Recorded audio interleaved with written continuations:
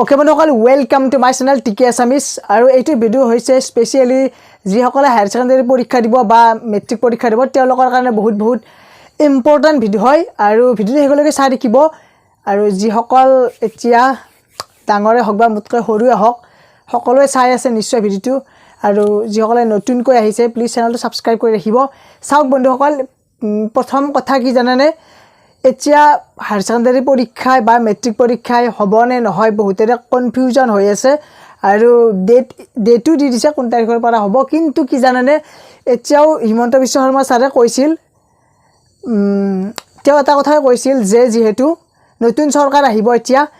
নতুন চৰকাৰ আহিলে নতুন চৰকাৰ অহাৰ আগতে হঠাৎ তাৰ মানে যিকোনো সিদ্ধান্ত এটা দি দিব নোৱাৰে সেই কাৰণে কাউন্সিলে হওক বা সেৱাই হওক যিসকল অভিভাৱক আছে অভিভাৱকসকলৰ হৈতে 10 দিনৰ ভিতৰত ডিসকাশন কৰি কিনে এটা সিদ্ধান্তত উপনীত হ'ব দিছে 10 দিন সময় দিছে তাৰে পিছত গম পোৱা যাব পৰীক্ষা অফলাইন হয় নে অনলাইনে হয় বা পৰীক্ষাটো নোহোৱা কৰি থাকে তেতিয়া গম পোৱা যাব কিন্তু এতিয়া কি জানে নতুন চৰকাৰ অহাৰ পিছত মানে 2 মে যেহেতু ৰিজাল্ট ঘোষণা কৰিব তাৰে পিছত যেটো একেবাৰে কনফাৰ্ম নিউজ হেতু আহি পৰিব এতিয়া মই এটা কথা ক'ব বিচাৰিছো সাপোজ অফলাইন পৰীক্ষাই হল অফলাইন পৰীক্ষা যেতিয়া হ'ব বহুত ৰেষ্ট্ৰিকশন থাকিব ছাত্ৰ ছাত্ৰীসকলৰ বিশেষকৈ প্ৰথম যাওঁতে স্যানিটাইজ মাস্ক পৰিধান মাস্ক বি কৰিব লাগিব গ্লাছও ল'ব লগা হৈ ল'ব পাৰে এনেকুৱা কৈ যায় থাকে কেপ টাইপ গ্লাছ তেনেকুৱা ল'ব লগা হ'ব পাৰে কিন্তু ইয়াত বহুত প্ৰবলেম আহিব ছাত্ৰ ছাত্ৰীসকলৰ আৰু তাৰে কাৰণে কি কৰিব লাগিব এতিয়া নিজকে প্ৰিপাৰেচন কৰিব লাগিব লগতে আপোনালোকৰ 3 ঘণ্টা সময় ৰাখিব আৰু 3 ঘণ্টা সময়ত ইমানখিনি মেনেজ কৰাটো বহুত কঠিন হৈ পৰে গতিকে এতিয়া কি কৰিব লাগে মোৰ মতে সিলেবাস কমাই দিব লাগে মানে ছাত্ৰ ছাত্ৰীসকলৰ যেহেতু বহুত ৰেষ্ট্ৰিকশন থাকিব গতিকে সেই অনুযায়ী নিশ্চয় দিব পাৰে চৰকাৰে আৰু দিবই লাগিব এইটো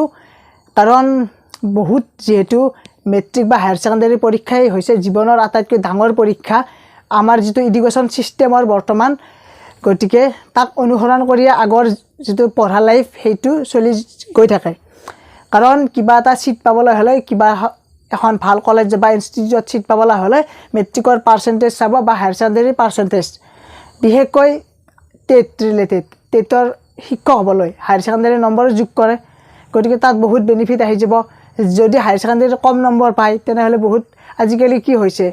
যেহেতু কম্পিটিশনৰ যুগ 1% যদি কমি যায় তাত বহুত লস হৈ পৰে সেই কাৰণে আৰু নেক্সট যদি অনলাইন হয় অনলাইন হলে সুবিধা হ'ব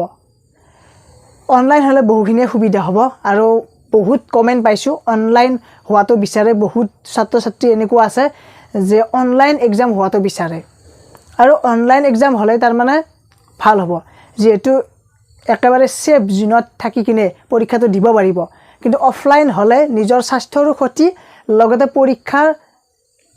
জানাইতো পৰীক্ষাত কিমান লষ্ট হ'ব আৰু যদি পৰীক্ষা নহয় যদি ডাইৰেক্ট পাস কৰাই দিয়ে কেৱল পাস কৰাই দিলেও নহব কিছুমানে হয়তো 90 মাৰ্কস পাব লাগিছিল 80 মাৰ্কস পাব তেনেকুৱা হৈ যাব পাৰে যেহেতু পৰীক্ষাটো যদি নহয়ে এনে পাস কৰি দিয়ে তেনেহলে কি হিচাপত দিব তাৰ মানে টেষ্ট পৰীক্ষা লৈছে টেষ্ট পৰীক্ষাৰ হিচাপতে দিব কোনবাইতো টেষ্ট পৰীক্ষাত বহুত কম পঢ়ি কিনে পৰীক্ষাটো দিছে বা হিমানতে গুৰুত্বই দিয়া নাছিল কাৰণ জানাইতো ছাত্ৰ ছাত্ৰীৰ ইমান প্ৰেছাৰত পৰীক্ষাবোৰ দি আছে এই পৰীক্ষা হয় এটা পৰীক্ষা পিছাই আকৌ পিছুৱাই থাকে গতিকে এতিয়ালৈকে ভালদৰে কোনো ধৰণৰ পৰীক্ষা এটা হোৱা নাই গতিকে হায়াৰ সেকেন্ডাৰী মেট্ৰিক পৰীক্ষাটো জীৱনৰ আটাইতকৈ ডাঙৰ পৰীক্ষা যেহেতু গতিকে সেইটো পৰীক্ষা যাতে ভালে হয় আৰু 10 দিনৰ ভিতৰত যেহেতু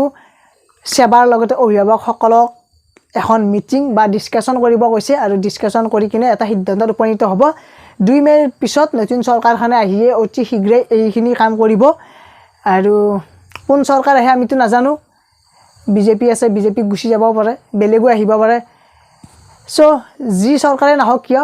যাতে ছাত্ৰ ছাত্ৰীৰ লস নহয় ভালদৰে হৈ যায় পৰীক্ষাবোৰ তাৰ কাৰণে আমি চেষ্টা কৰিছো ইউটিউবৰ যোগেৰে ক'ব সো আজিলৈ ইমানেই ধন্যবাদ থ্যাংক ইউ আৰু শেয়াৰ কৰি দিবা ভিডিওটো বিশেষকৈ বহুত এনেকুৱা আছে কাৰণ আমাৰতো জানে যে এডুকেশ্যন ৰিলেটেড চেনেল ছাবস্ক্ৰাইবাৰো কম আছে গতিকে যিখিনি প্ৰভাইড কৰিব পাৰোঁ ভিডিঅ'টো সেইখিনিহে কৰিব পাৰিম আৰু আপোনালোকে শ্বেয়াৰ কৰিলে বেছিকৈ ভাল হ'ব বহুতে গম পাব সো আজিলৈ ইমানেই ধন্যবাদ থ্যাংক ইউ বাই বাই জয় হিন্দ